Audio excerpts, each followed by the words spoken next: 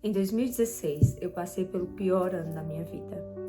Eu sentia muitas dores no corpo, eu perdi bastante peso, porque eu não sentia fome, eu queria só dormir.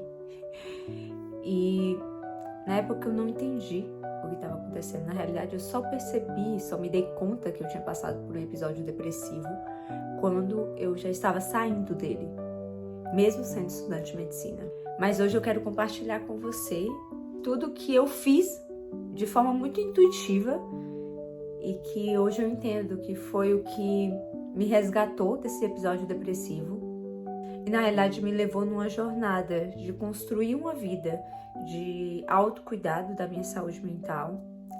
E foi um ponto de virada completo. Mas eu quero já começar dizendo que eu não sou contra a medicação, eu sou médica, gente. Então, se você já tem um diagnóstico de depressão, se você faz uso de medicação, use tudo aquilo que eu vou dizer nesse vídeo, mas não pare sua medicação por conta própria. Quando você melhorar, você volta para o seu médico e ele faz o desmame e te libera. E mesmo se você não tem ainda um diagnóstico de depressão, mas você sabe, porque no fundo você sabe que você não tá bem. Faça aquilo que eu vou te dizer nos próximos minutos, assiste até o final, porque eu tenho certeza que aquilo que eu te ensinar aqui hoje vai mudar completamente sua vida. E sem mais delongas, a primeira coisa que eu fiz que mudou completamente a minha vida foi a mudança de perspectiva. E eu vejo como até hoje eu pratico, foi realmente essa virada de chave. E tudo começou com um livro, vou colocar aqui, Uma História de Perdão e Cura, de Stormy Martin. Esse livro estava na minha prateleira, lá eu tinha ganhado, já tinha um tempo, e eu não tinha pegado para ler. E aí, no meio do turbilhão que eu tava vivendo, eu falei, vou pegar esse livro para ler.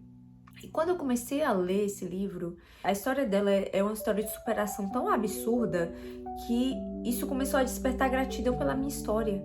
O olhar de falta que eu só me dei conta depois que eu estava tendo em relação à minha vida, mesmo que eu estivesse estudando o curso dos meus sonhos, mesmo que eu tivesse uma vida completamente confortável, eu tinha o carro que eu tinha sonhado, eu estava vivendo várias coisas que eu tinha sonhado, mas o meu olhar era de falta e eu não tinha me dado conta disso.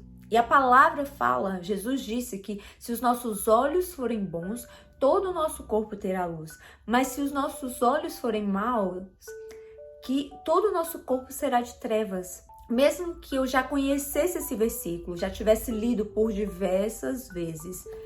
Gente, nessa época, eu tava na igreja, eu tava no altar, eu tava cantando, eu tava pregando, mas por dentro as minhas emoções estavam muito bagunçadas. E quando eu comecei a estudar um pouquinho, eu vi que estudantes de medicina têm um alto índice de depressão. Eu falei, Deus, eu tô nesse mundo e eu sei que eu estou sujeita a todas as coisas que estão nesse mundo. Mas como cristã, eu não quero reagir da mesma forma. E foi aí que eu entendi que na realidade, nesse mundo nós estamos sujeitos a todas as coisas. O que nos diferencia enquanto cristãos não é o fato de você não passar por uma situação difícil, você não passar por um episódio depressivo ou uma crise de ansiedade, mas é a forma como você reage a isso. E eu entendi que mesmo lendo a palavra por tantas vezes, eu ainda não estava vivendo. Eu não vivia esse versículo. Os meus olhos, a minha forma de olhar a vida não era uma forma boa, não era a forma que Deus queria que eu olhasse. Uma forma de gratidão. Então eu olhava para a vida com um olhar de falta, porque eu ainda não tinha um relacionamento dos meus sonhos, eu ainda não estava formada médica, eu ainda não ganhava o dinheiro que eu queria, o meu olhar era sempre de falta. E quando eu comecei a ler esse livro, um sentimento de gratidão pela minha história, pela minha infância, pela minha família, foi crescendo tanto dentro de mim. E depois estudando, quando eu comecei a estudar sobre inteligência emocional, e eu comecei a escrever de 10 a 20 motivos de gratidão todos os dias, diferentes do dia anterior, para eu programar sempre a minha mente para ter esse olhar de gratidão. Para eu olhar para minha vida e parar de pensar naquilo que eu ainda não tinha, naquilo que eu queria, que era válido, mas que estava me adoecendo. Então, ler esse livro foi o primeiro passo dessa mudança de perspectiva, inclusive recomendo. Mas recomendo ainda mais você fazer os exercícios de escrever todos os dias de 10 a 20 motivos de gratidão. Gratidão pela sua visão, gratidão porque você consegue comer, gratidão porque você consegue ir ao banheiro, gratidão porque você acordou, gratidão porque você tem comida para comer, mesmo que não é aquela que você ainda quer, mas você tem comida para comer. Gratidão porque você tem um carro, tanta gente que não tem um carro. Eu lembro do Espírito Santo me confrontando muito nessa época, falando: você é ingrata. Você é ingrata, você tem tantas coisas, mesmo que você fale pra mim que você é grata, que você agradeça por aquilo que você tem, no fundo você só tá olhando a sua vida por aquilo que você ainda não conquistou. E até hoje, é uma coisa que eu sempre faço, todas as vezes que eu vejo que eu tô com um olhar errado em relação a uma situação. Eu lembro que, assim, quando eu descobri a gravidez do meu segundo filho, que eu fiquei com medo pelo fato de estar muito próximo do meu primeiro filho, e se eu ia dar conta. E eu lembro que eu comecei a assistir vídeos de infertilidade, podcasts, para eu ver quanto existem mulheres no mundo com dificuldade de engravidar e o quanto eu era abençoada de ter conseguido engravidar sem dificuldade, uma gravidez saudável. Então tudo na vida é a perspectiva.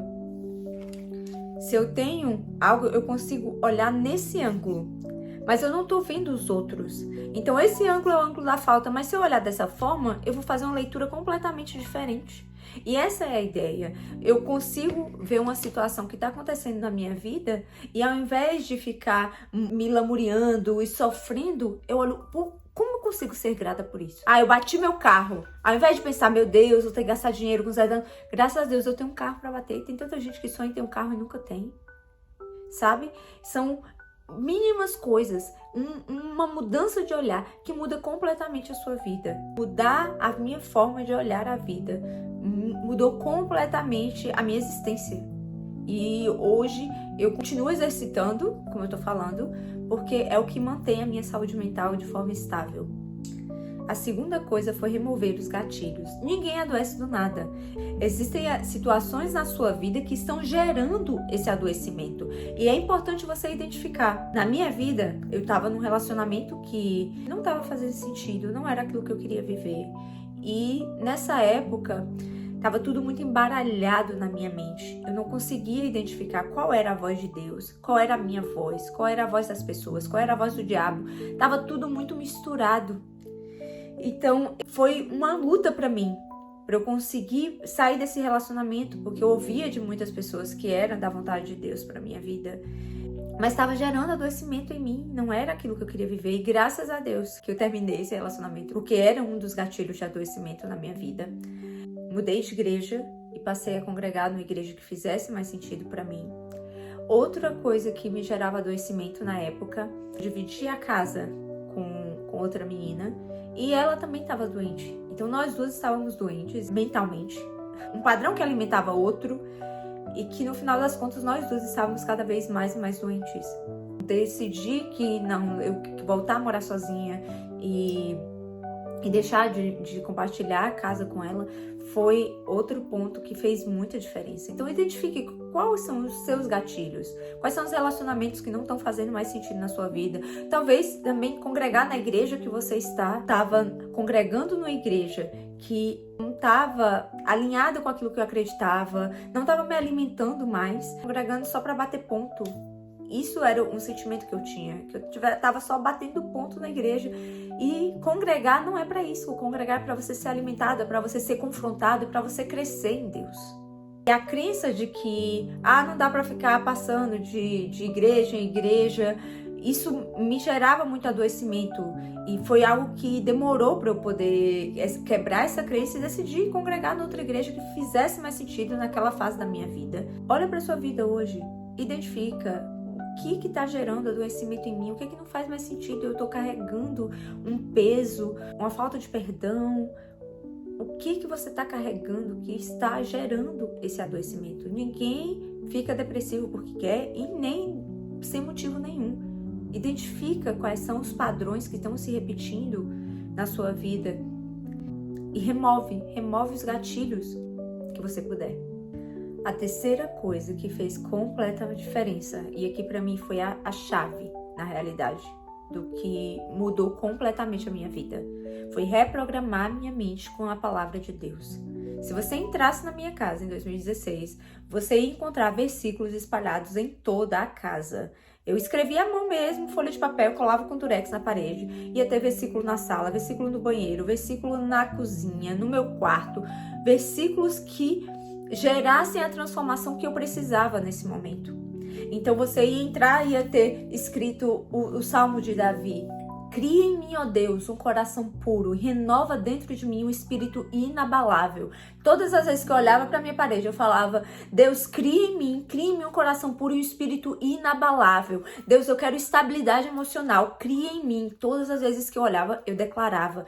Na outra parede ia ter outro versículo. Eu lembro que na época minha mãe veio me visitar e ela estava incomodada, ela via que eu não estava bem e ela tentava me ajudar. E eu lembro que ela falou: a gente vai trancar o curso. E eu falei: não, não vou trancar meu curso. Eu vou passar por esse vale e eu vou sair daqui. E ela começou a orar. Eu fiquei no meu quarto. A gente teve uma discussão e eu fiquei no meu quarto. Ela foi pra sala. E eu lembro que ela tava lá na sala orando. E ela voltou, eu não lembro exatamente o versículo. Era uma aparição do anjo e falava que ele trazia boas novas. A palavra entrou dentro de mim. E eu escrevi na parede, eu relia. E vários outros versículos daquilo que eu precisava viver. E a alegria do Senhor é a minha força. Eu não sei quais são os versículos que vão ressoar mais com você, mas declare a palavra. Escreva, coloque na sua parede, coloque no seu quarto, coloque no celular. Onde você estiver olhando, olhe e declare a palavra. Reprograme sua mente, repete várias e várias vezes no dia. Além dos versículos espalhados, eu fiz uma playlist.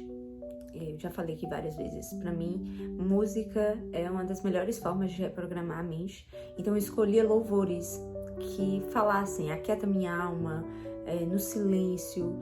Várias músicas de Tamires Garcia eu recomendo.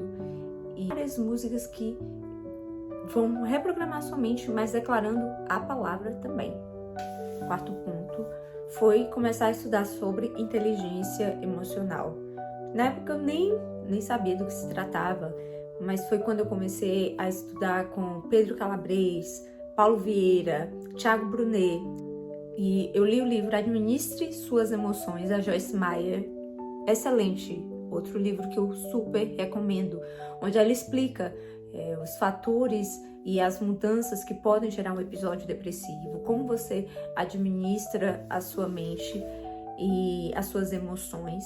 Mas você me perguntar, Lais, o que mais ressoou em você desse livro? E foi uma frase que eu coloquei também na minha parede para eu poder repetir para mim nessa época. Qualquer coisa que você precise, além de Deus, para ser feliz, é algo que o diabo tem para trabalhar contra você. Quando eu ouvi isso, eu entendi que eu já tinha tudo que eu precisava para ser feliz. A presença de Deus. Eu não precisava conquistar as minhas metas, eu não precisava de mais dinheiro, eu não precisava do relacionamento, eu precisava da presença de Deus. Porque se eu não entendesse isso dentro do meu espírito, se isso não entrasse nas minhas entranhas, que a única coisa que eu preciso para ser feliz na vida é a presença de Deus e ele se tornasse a coisa fundamental, qualquer outra coisa nunca ia me satisfazer. Eu podia ter o melhor relacionamento, o melhor casamento, mas eu ia continuar com um olhar de falta e eu ia continuar infeliz. Porque a única coisa que preenche, que consegue satisfazer completamente a alma do ser humano e preencher o vazio que a gente tem, que é do tamanho de Deus, é a presença dele. Se você não entender isso, nada vai mudar.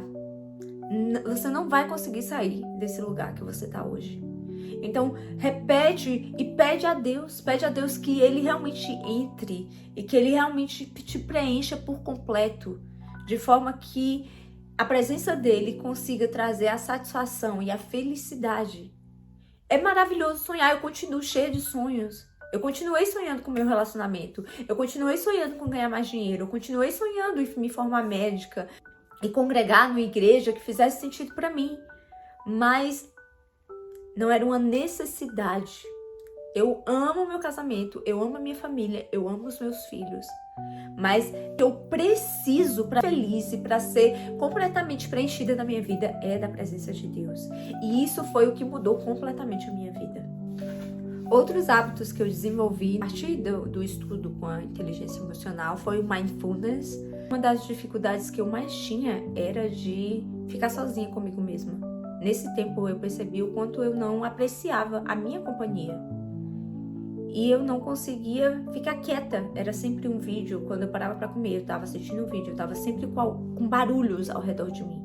Então, aprender a só parar. Colocar uma música, um fundo instrumental. Um fundo sem letra. Só para eu conseguir ali sentar com Deus e conseguir perceber quais eram os pensamentos que estavam passando na minha mente. E olhar para isso. Não é você tentar calar a sua mente. É impossível você parar todos os pensamentos. É você conseguir silenciar a ponto de você conseguir identificar o que é que mais está passando na minha mente, quais são os medos que eu tenho. Então você consegue se perceber, e isso é um hábito que eu continuo sempre prestando atenção. Por que eu senti isso? Quando acontece alguma coisa e me perceber por que eu estou sentindo o que eu estou sentindo, por que esse pensamento está passando pela minha mente. Quero esse pensamento ou não quero? A partir do momento que eu não quero esse pensamento, eu escolho pensar em outra coisa. Eu não consigo remover um pensamento, mas eu consigo colocar outro no lugar e focar naquilo que eu quero pensar. Então, esse foi um hábito que eu continuo praticando e é excelente. Outro hábito foi o journaling, que é escrita terapêutica, que já é cientificamente comprovado. O efeito que faz na sua mente, até em termos de acessar a memória, de conseguir modificar a memória. Mas como eu faço, eu escrevo as minhas orações. Eu sento e eu coloco diante de Deus aquilo que eu estou sentindo. Quando você escreve, partes do seu cérebro conseguem nomear e vai conectando outras partes, e isso faz com que você consiga aliviar e colocar seus sentimentos naquele papel e vai tirando da sua mente e você consegue processar mais essas emoções. Então eu super recomendo. Eu tenho cadernos e cadernos desde 2016 daquilo que eu estava passando, e como é bom depois conseguir pegar esse caderno e ler e ver, poxa, eu estava passando por esse conflito e agora eu não passo mais. Um mês depois você consegue já perceber diferenças. Então eu super recomendo. Se você, por exemplo, conseguiu identificar que o luto, a perda de alguém é um gatilho para você, que você não conseguiu processar porque você não conseguiu se despedir dessa pessoa, ou porque você não conseguiu falar aquilo que você queria na época, porque você nem tinha consciência, escreva. Senta hoje, escreve uma carta para essa pessoa e escreve, bota todos os seus sentimentos, tudo aquilo que você queria, ou um pedido de perdão que você não teve tempo de fazer, ou que você não consegue ter acesso a essa pessoa porque essa pessoa ainda te machuca. Escreve tudo isso e você vai ver o quanto você vai conseguir aliviar e tirar esse peso de dentro de você.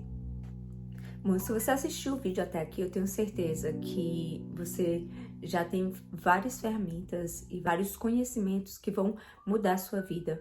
Mas eu quero te convidar, como eu disse, que o que mais fez diferença na minha vida foi ter a presença de Deus realmente preenchendo o vazio da minha alma. Eu quero te convidar a fazer uma oração, que eu tenho certeza que vai mudar a sua vida. Repete comigo com convicção ou só recebe. Pai, Divino Criador de todas as coisas, eu te suplico nessa hora, Jesus, que você visite essa pessoa que está assistindo esse vídeo. Deus, limpa todo pensamento, todo sentimento, toda crença que tem aprisionado e mantido essa pessoa na escuridão. Pai, dá ouvidos para ouvir, olhos para ver, e limpa nessa hora, Senhor, tudo aquilo que tem bloqueado essa pessoa de sentir o teu amor, de sentir a tua presença, Pai. Ó Senhor, traz consciência da tua presença nessa hora a essa pessoa. E Deus entra, preenche, Pai, preenche o vazio da alma que só o Senhor pode preencher.